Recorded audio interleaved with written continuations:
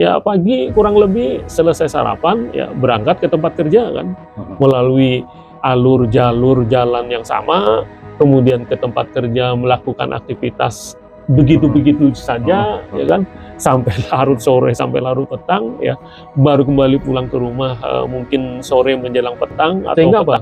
Dia merasakan hidupnya itu memang teralienasi, hidupnya merasa terasing.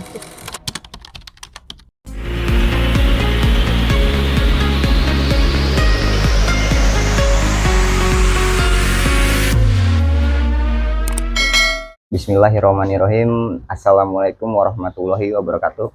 Waalaikumsalam warahmatullahi wabarakatuh. Kita kembali lagi di Teras Falsafi. Oke, Pak. Di hari ini nih kita mungkin segala sesuatu serba cepat gitu ya. Apapun ada, teknologi ada. Tapi dengan adanya itu juga banyak orang-orang yang muncul tuh, orang-orang banyak yang depresi, terus istilah-istilah seperti mental health, terus sampai parah-parahnya itu mungkin bunuh diri ya. Nah, itu kita akan mengobrolkan itu Pak, yang terjadi, mungkin terjadi kebimbangan atau berkurangnya kebahagiaan ya. Nah, menurut Pak Ramdun ini apa benar sih manusia modern itu sekarang asing terhadap dirinya sendiri? Ya, meskipun kita tahu bahwa teknologi semakin canggih, dunia semakin maju.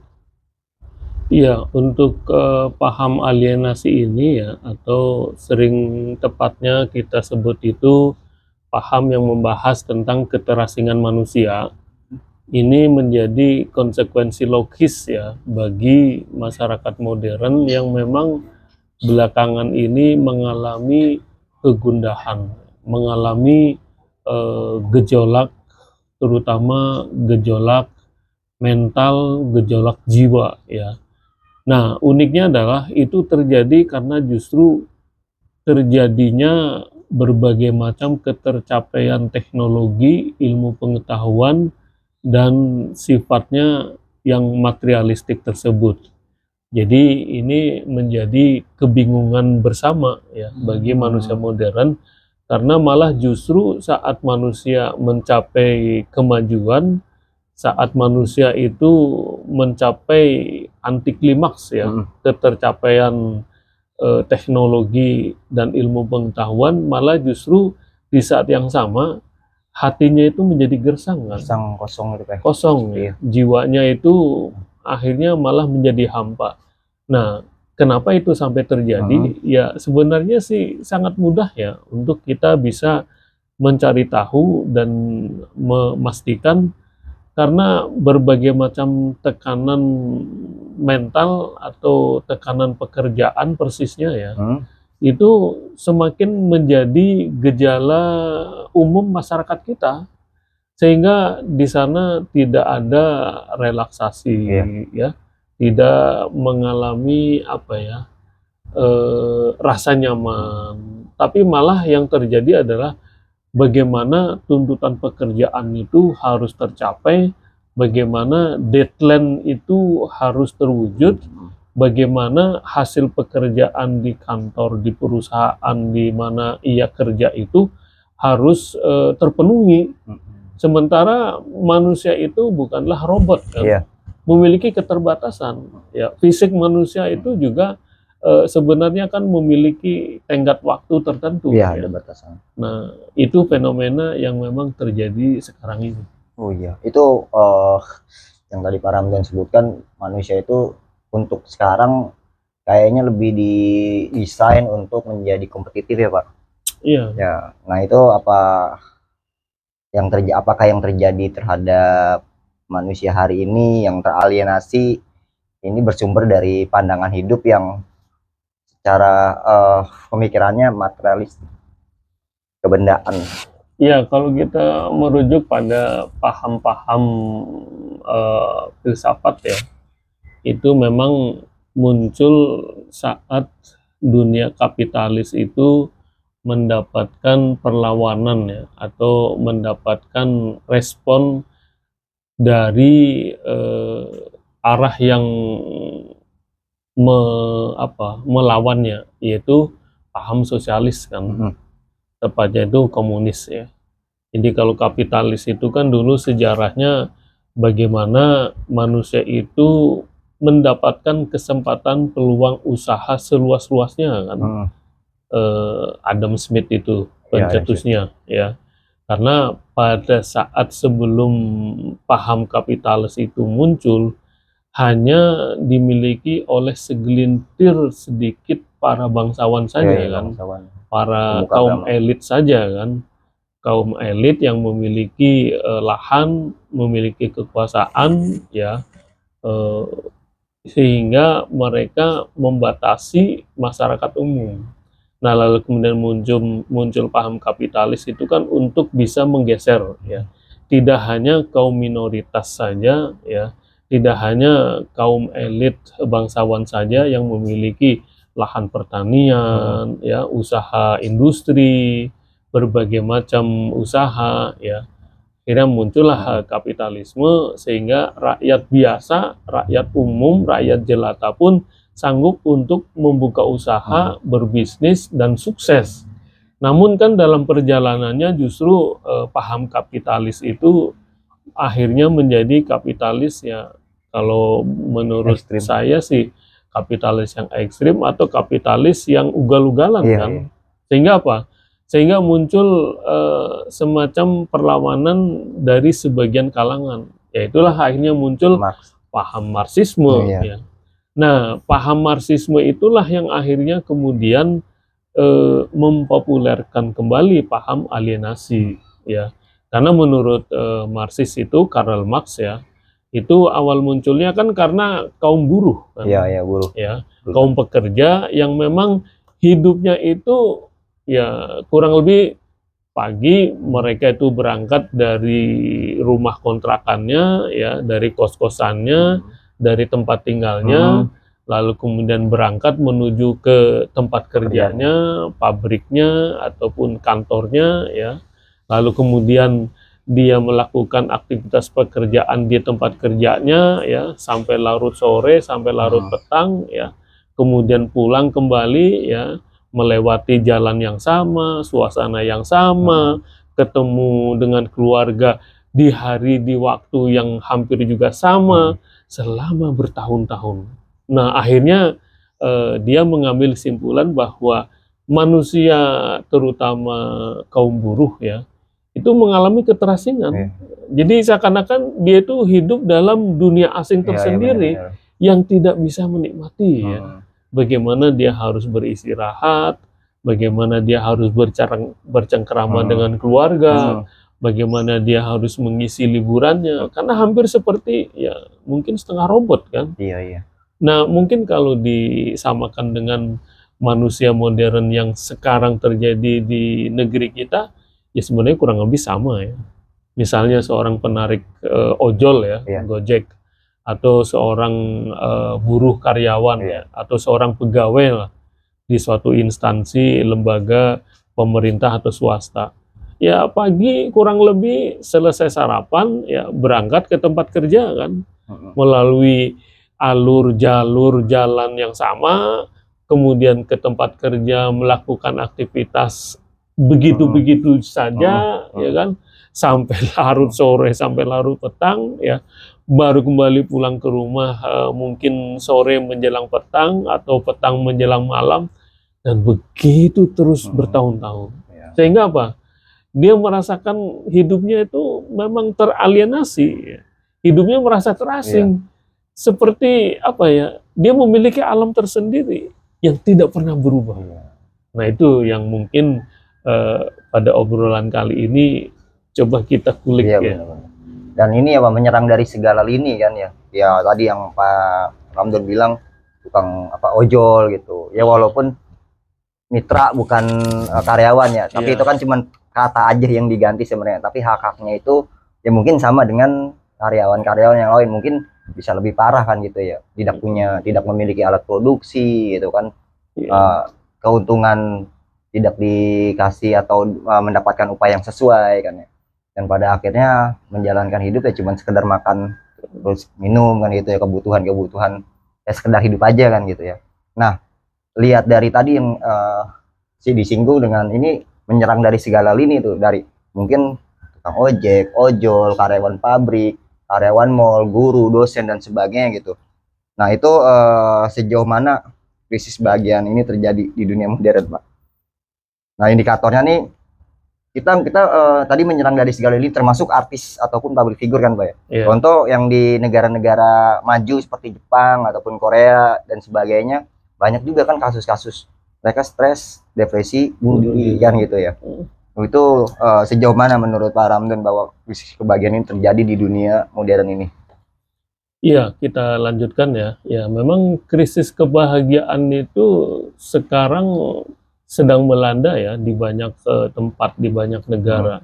Karena memang arahnya kan kehidupan sekarang itu masih terus ke arah materialisme. Iya, benar-benar. Bagaimana kehidupan itu hanya berujung pada pencapaian materialis ya. Materialisme itu dalam arti bagaimana tetap gaji itu tetap lancar, Iya. bagaimana penghasilan pendapatan itu tetap mengalir ada ya. Kalau perlu bagaimana ada peningkatan pangkat Iya, jabatan ya, posisi. Bagaimana kalau perlu hasil tarikan ojol ataupun hasil dagang bisnis itu semakin meningkat ya kan. Jadi terus begitu meningkat yang secara tidak sadar itu berujung pada apa? Paham materialis Iya. ya. Yang dicapai itu hanya materi dalam bentuk gaji, salary, keuntungan ya, atau kepangkatan ujung-ujungnya juga uang kan. Iya, benar-benar. Nah, sehingga memang manusia modern tidak lain dan tidak bukan sekarang itu terjebak dalam lingkaran setan untuk terus berkubang dalam materialisme. Bukan berarti memang kita perlu merubahnya untuk tidak lagi berpaling dari dunia materialisme. Itu suatu kenyataan bahwa kita hidup itu butuh ongkos, bahwa hidup itu butuh pendapatan untuk bayar listrik, bayar ini, bayar itu. Hidup itu untuk beli makan, kebutuhan, ya, untuk berobat, untuk beli ini dan sebagainya. Tetapi sebenarnya kalau kita harus mampu berpikir secara lebih bijak dan lebih jernih, manusia itu hendaknya juga memiliki paham atau keyakinan atau bahasa agamanya itu bentuk keimanan ya, bahwa kita itu tidak selayaknya 100% menyandarkan diri pada materi. Iya. Tetapi sebaliknya bahwa kehidupan pasti nanti ada kematian. Dan di balik kematian sebenarnya itu ada kehidupan kembali. Sehingga kita itu seharusnya menyandarkan bukan pada materi, bukan pada atasan, bukan pada pekerjaan, tetapi pada zat yang maha segalanya. Dan memang itu sifatnya abstrak ya. Nah, kalau abstrak itu memang agak sulit ya orang untuk mempercayainya atau meyakininya. Benar atau tidak sih bahwasanya kelak nanti ada kehidupan yang abadi. Benar tidak sih kalau misalnya Tuhan itu yang maha pengatur, yang bisa mampu membolak-balikan hati jiwa manusia. Nah, itulah sebenarnya ada beberapa hal-hal yang mungkin ya untuk manusia modern sekarang ini ya patut untuk dipelajari ya, bahwa ternyata ketenangan jiwa itu kan tidak semuanya diukur dengan materi tadi.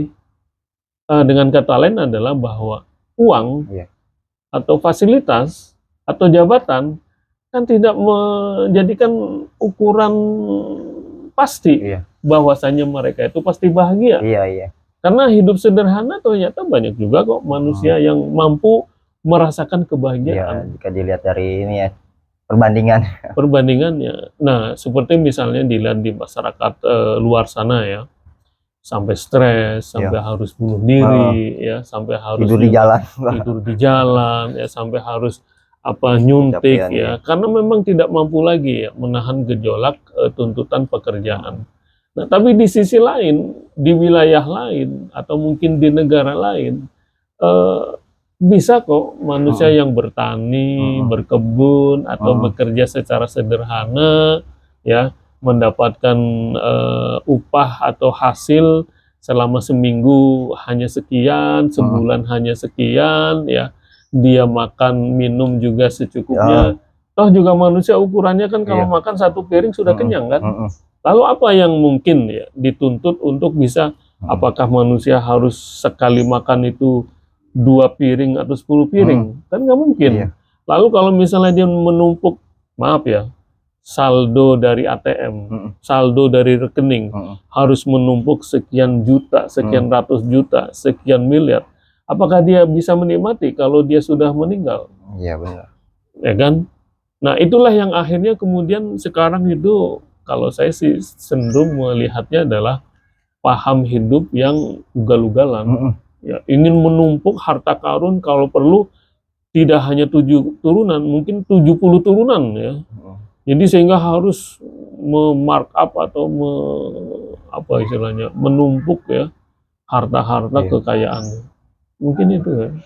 Saya punya pengalaman, dan saya jujur waktu itu saya cukup sedih dan hampir nangis tuh Pak. Jadi ada pengalaman, saya waktu itu ke rumah salah satu teman, itu kakaknya tinggal di sekitar Balaraja, itu kontrakan dengan 2 sekat, dengan keluarga 2 orang tua 1 anak, dan itu WC-nya tuh dari ini Pak, dari apa, hordeng gitu, hordeng gitu, dan berdekatan dengan dapur. Waktu itu saya kebelat buang air besar, saya ke situ, itu saya sampai buang air besar ini gimana nanti kalau ada yang masuk gitu, atau enggak ketiup angin ya. Saya mikir itu, cuman ketika saya ke sana mereka menyambut saya sebagai tamu itu dengan rasa bahagia, seneng gitu, memberi apapun yang ada di dalam rumahnya gitu. Dan saya anggap wah mereka sangat bahagia dengan keadaan seperti ini gitu. Dan ketika saya waktu itu sempat menjadi seorang pengantar barang, mengantarkan barang di satu perumahan yang cukup besar di Jakarta, keluar orang itu berantem Pak, satu keluarga sampai berdarah-darah, padahal itu rumahnya bertingkat-tingkat, dan kelihatan dengan keluarga sendiri saja bertengkar, berantem gitu, sampai berdarah-darah gitu. Itu jadi perbandingan, oh ternyata kebahagiaan itu tadi nggak bisa diukur melalui hal-hal materialisme seperti itu kan. Kan harus kalau hitung-hitungan mereka yang punya rumah yang lebih besar kan gitu, punya fasilitas, fasilitas kehidupan yang lebih, ekonominya lebih bagus, finansialnya lebih freedom gitu kan. Harusnya lebih bahagia kalau dihitung-hitung seperti itu kan ya. Tapi enggak, ini perbandingannya. Nah seperti itu. Oke, sebelum kita berbicara tadi, kita kan berbicara soal bahagia dan sejenisnya gitu. Nah kan di satu, kita berbicara negara, kelompok ataupun yang lainnya, bahagia itu nggak lepas dari kata sejahtera biasanya gitu. Nah baru-baru ini saya coba baca atau searching di Google ataupun di internet itu, Harvard menyebut Indonesia sebagai negara yang teratas itu, yang paling sejahtera. Tapi kalau pada kenyataannya warga mungkin sejahtera secara statistik ya gitu ya, tapi kan ketika kita ke lapangan masih banyak yang merasa tidak bahagia. Nah, ada yang salah dengan definisi sejahteranya nggak Pak kira-kira? Iya, mungkin kalau boleh saya sedikit mengomentari terlebih dahulu hasil penelitian ya, atau hasil hipotesa dari Universitas Harvard ya, Harvard University. Ya sekali lagi tentunya itu kan menurut ukuran barometer mereka, ya bukan sebagai ukuran barometer kita secara keseluruhan atau secara keseluruhan.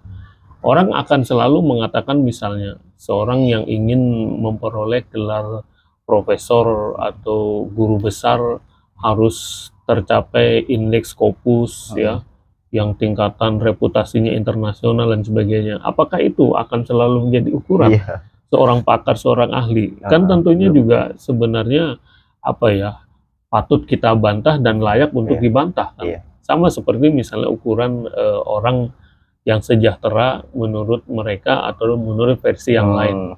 Tapi menarik sekali lagi ya, kalau untuk versi Harvard mengatakan bahwa manusia yang sejahtera ternyata adalah manusia Indonesia, ya saya patut mungkin mengapresiasi bahwa ternyata sejahtera dalam pengertian yang sesungguhnya bisa jadi itu ada nyatanya dalam masyarakat manusia Indonesia.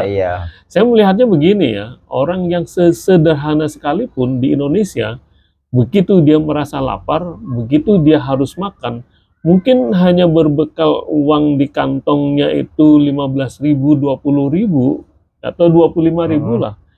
Dia akan pergi ke warteg atau ke warung makan sederhana, selesai. Iya. Ya, tidak harus dia harus mendapatkan income per kapita satu bulan itu 200-300 dolar misalnya, kemudian memiliki penghasilan rata dalam setahunnya sekian ribu dolar misalnya. Kenapa? Karena ternyata memang di masyarakat kita itu, ya sekalipun misalnya secara rata kehidupan pendapatan income-nya itu di bawah sekian banyak negara lain, tapi nyatanya masih bisa hidup kok. Iya. Iya kan? Hanya mungkin ya harus pinjem dulu lah ke tetangga kanan kiri, harus ditunda dulu bayar kontrakannya, atau mungkin dipending dulu cicilannya, atau mungkin harus ngebond dulu ke kantor, ke perusahaannya. Tapi kan artinya tetap saja masih bisa kok bertahan hidup gitu. Dibanding misalnya, kalau kita lihat ya di medsos atau di media massa, bagaimana kondisi di belahan dunia lain. Iya. Walaupun mungkin suka ditutup-tutupi kan. Mereka akhirnya terjun, bunuh diri, mereka akhirnya juga dalam kondisi bertahun-tahun ngedrak misalnya kan, mengkonsumsi obat bius selama bertahun-tahun karena mereka sudah putus asa, dan negara juga seakan-akan sepertinya lepas tangan kan ternyata. Tapi bagaimana kalau di negeri kita? Ya setidaknya kehidupan bertetangga itu masih bisa, kehidupan persahabatan itu masih dipelihara, kehidupan toleransi sesama, apalagi antar agama ya, maaf, satu agama ya. Ada bentuk-bentuk sedekah, bentuk-bentuk Jumat berkah, ada bentuk-bentuk saling tolong-menolong, membantu sesama, bagaimana toleransi dengan saudara kandung, bagaimana toleransi dengan teman sejawat sekerja. Apakah itu ada muncul di masyarakat dunia lain? Belum tentu ada. Benar. Nah, mungkin itu adalah sebagai bentuk tanggul-tanggul utama penahan untuk manusia Indonesia itu tidak rapuh, ya. Karena begitu dia mendapatkan siraman rohani, ya, pencerahan dari para pemuka agama, tokoh agama, dia mendapatkan pencerahan dalam kajian-kajian keagamaan spiritual, akhirnya dia mampu kok bertahan dengan bersabar, dengan menerima qanaah, dengan tetap berusaha, tidak perlu putus asa, dan tidak ada kata akhir, harus terus berusaha. Itu kan merupakan ya penahan-penahan utama. Mungkin itu ya. Ya kita bisa bayangkan juga ya, ada ojol yang menunggu penumpangnya di Bundaran Pamulang yang macet gitu. Ya tapi dia dengan senyum bercanda dengan teman-teman sejawatnya. Tapi ada yang di dalam mobil dia berkeluh kesah, muka nggak bisa senyum kan itu kan bisa jadi perbandingan juga.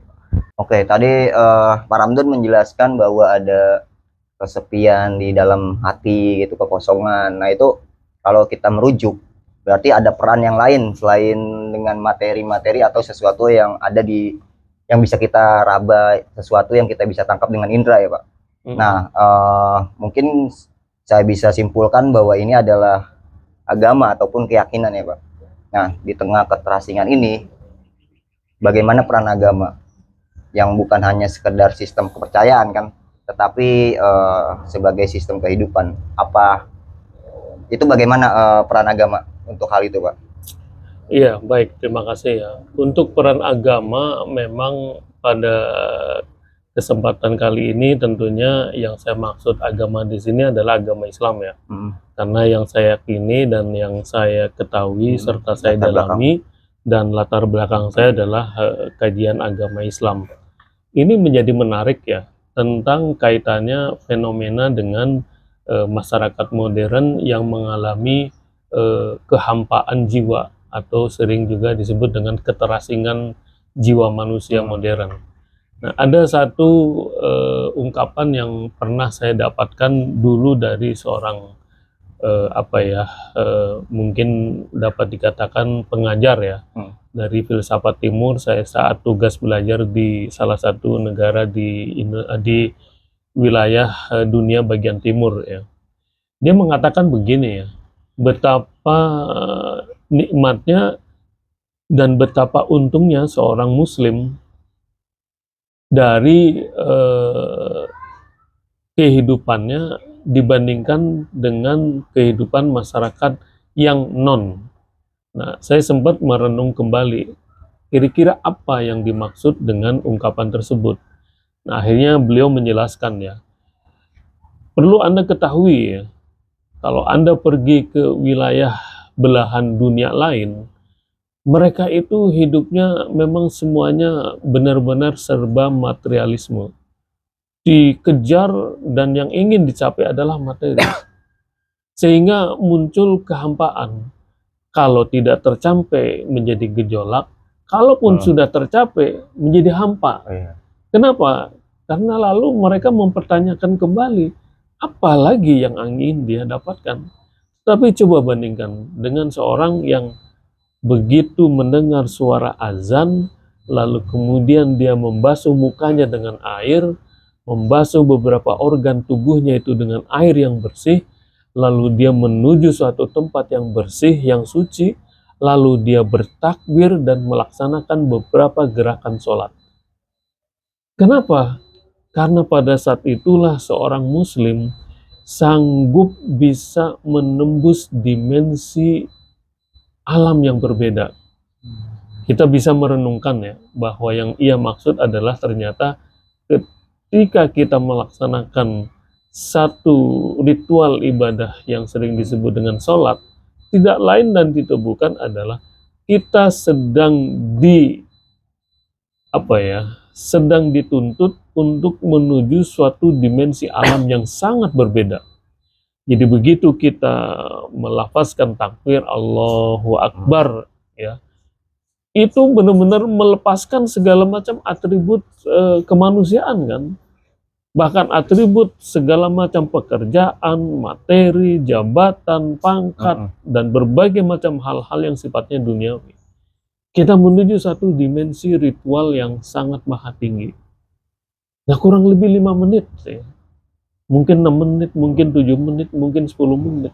Sehingga jiwa dan raga manusia pada saat itu adalah dia benar-benar mengistirahkan sepenuhnya kepada suatu zat yang maha kuasa. Lalu sehingga begitu selesainya ritual ibadah seperti sholat itu, diri manusia itu merasa sudah memasrahkan diri semuanya kepada satu zat. Bukan kepada bos, bukan kepada atasan, bukan kepada manajer, bukan kepada rektor, bukan kepada kaprodi, bukan kepada dekan. Iya kan? Iya benar. Jadi jangan kita beragama itu menjadi sempit dan menjadi picik ya. Tetapi hendaknya kita harus bisa memaknai bahwa kita beragama, dalam hal ini berislam ya, karena saya agamanya Islam ya, itu mampu bisa menikmati dimensi-dimensi lain. Ya, ternyata dimensi ritual, dimensi spiritual, dimensi kejiwaan, itulah yang sanggup bisa menekan laju gejolak jiwa manusia. Coba kita bayangkan, kalau seandainya Indonesia yang berjumlah berapa sekarang? 370, 270, 280 jiwa. Ya, itu banyak berubah juga. Kalau seandainya ya umatnya itu tidak diberikan pendekatan spiritual untuk bisa menekan laju kejahatan ya, laju keangkara murkaan, apa yang terjadi coba di wilayah Indonesia kalau seandainya yang mayoritas itu tidak mampu menekan tingkat laju emosionalnya, jiwanya ya, maka sebenarnya ya negara atau pemerintah ya patut berterima kasih kepada pemuka-pemuka agamawan yang sanggup bisa menggiring, menurunkan intensitas, tingkat kriminalitas. Nah itu kan sebenarnya hal yang realistis.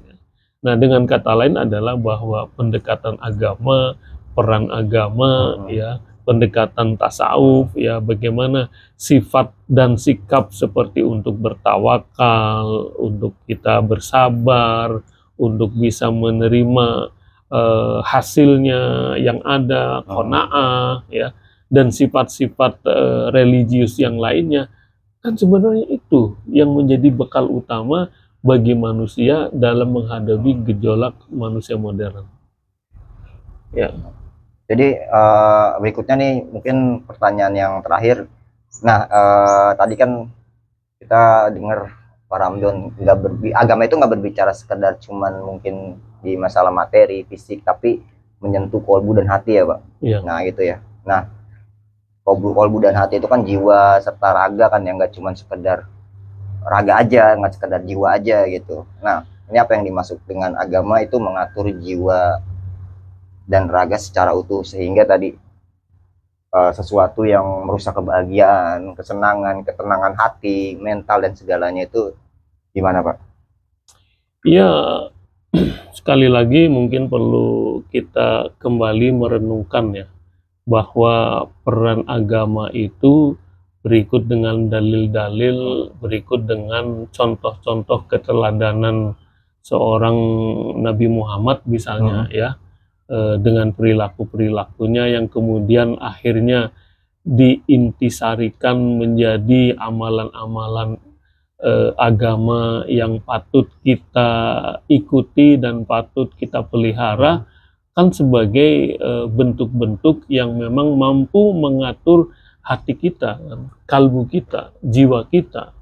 Karena memang ternyata hati itu, kalbu itu kan kalau diartikan secara makna bahasa, qalbun itu qallaba yuqallibu, yang bergejolak, yang berbolak-balik, dan yang mudah untuk berubah arah, yang mampu, yang bisa, yang mudah untuk berpindah-pindah dari mulai tadi nggak enak, menjadi nyaman, menjadi kurang nyaman. Ya.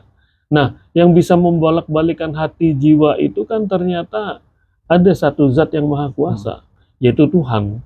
Nah, menurut pemahaman mereka yang materialisme, ya mereka tidak mengakui memang. Ya, mereka selalu mengembalikan kepada, yaitu kan tabiat manusia, ya kan? Yaitu kan tabiat alam. Lah memang manusia atau alam itu apakah bisa sanggup mengatur dirinya? Kan nggak mungkin. Pasti ada satu zat yang maha kuasa, yang maha memelihara, dan yang maha tahu.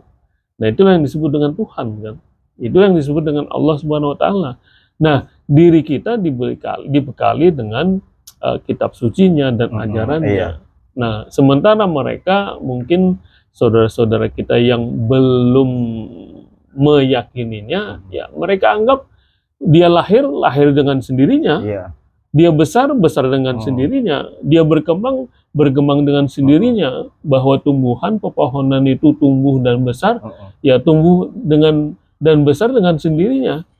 Padahal ternyata kalau ditelusuri juga secara ilmu empirisme, ya, atau secara ilmu pengetahuan, bahkan secara logika, itu ada keberlanjutan bahwasanya ada satu zat yang maha luar biasa yang mengatur. Nah, itu yang menjadi titik tolak pembeda ya, antara kita yang berpaham kepada nilai ketuhanan dengan mereka yang hanya berpaham kepada materialisme. Oke, terima kasih. Sebelumnya kita sudah membicarakan soal kebahagiaan yang terkikis di manusia modern hari ini. Selanjutnya, teman-teman mungkin ada satu tema atau tema yang ingin diobrolkan di sini, tinggal komen aja. Jangan lupa juga di subscribe ataupun di like. Terima kasih.